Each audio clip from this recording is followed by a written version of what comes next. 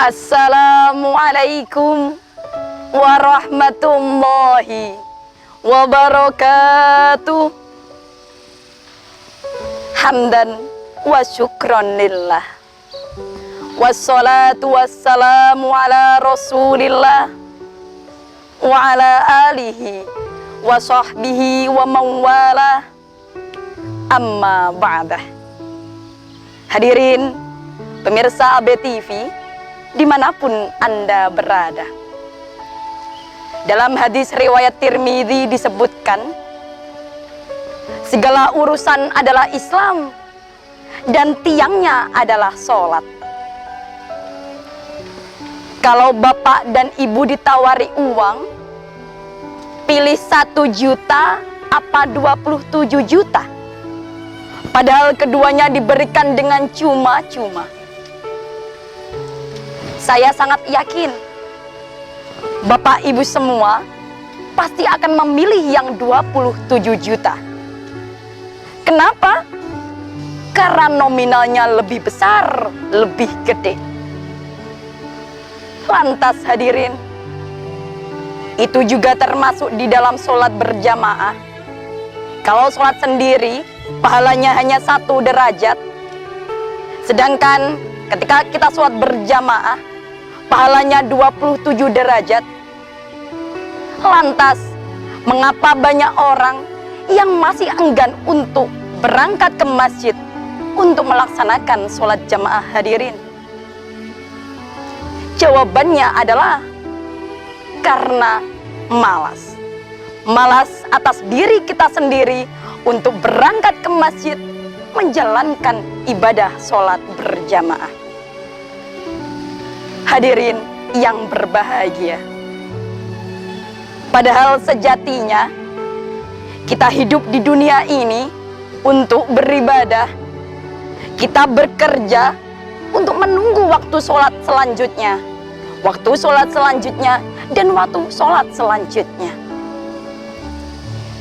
Ketika sholat subuh tiba, alasannya kesiangan. Mau sholat zuhur, jawabannya kerepotan. Mau jamaah sholat asar, jawabannya masih di perjalanan. Mau jamaah sholat maghrib, jawabannya kecapean. Lantas, ketika mau jamaah sholat isya, jawabannya ketiduran.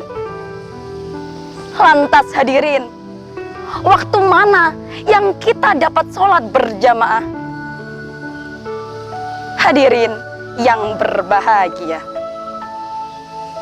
kalau seperti ini, haruslah ada yang diubah dari diri kita sendiri.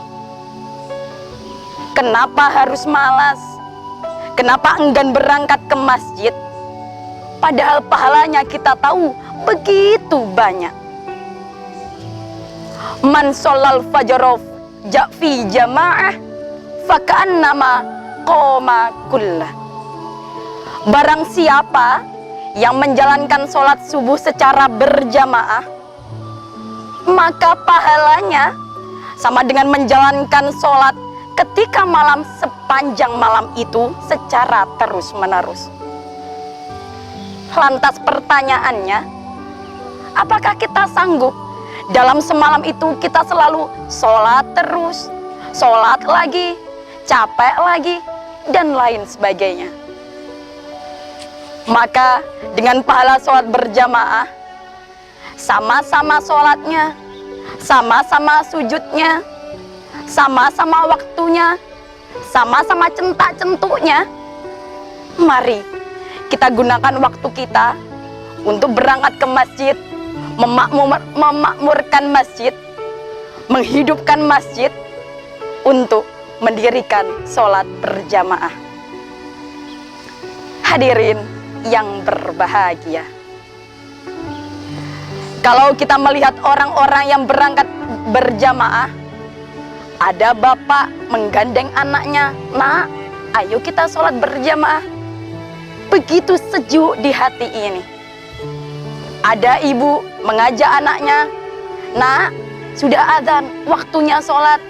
Nggih Bu, berangkat berjamaah. Maka keluarga ini, bapak ibunya akan mendidik anak-anaknya untuk melatih, membiasakan diri berangkat ke masjid untuk melaksanakan sholat berjamaah. Hadirin yang berbahagia, harta yang kita dapatkan, jabatan yang kita dapatkan, bahkan kepopuleran yang kita dapatkan tidak akan ada artinya kalau kita tidak mau sholat. Apalagi sholat berjamaah sudah menjadi sesuatu yang harus kita lakukan, sesuatu yang harus kita kerjakan. Di bulan Ramadan ini pahalanya akan semakin berlipat ganda. Apalagi kita mengajak orang tua kita, mengajak teman kita, mengajak suami kita, mengajak istri kita untuk sama-sama berangkat menjalankan sholat berjamaah.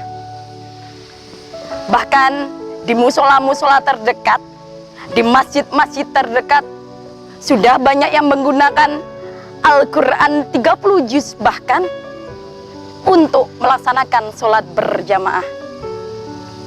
Oleh karena itu, mari hadirin, kita introspeksi diri kita sendiri, kita mengajak diri kita sendiri, mengajak orang lain untuk sama-sama menjalankan sholat berjamaah. Hadirin yang berbahagia, demikian yang dapat saya sampaikan. Apabila ada kurang lebihnya, saya mohon maaf. Mari berjamaah dimanapun dan kapanpun kita berada. Usyikum wa nafsi bitaqwallah wal afu minkum. Tsumma assalamu alaikum warahmatullahi wabarakatuh.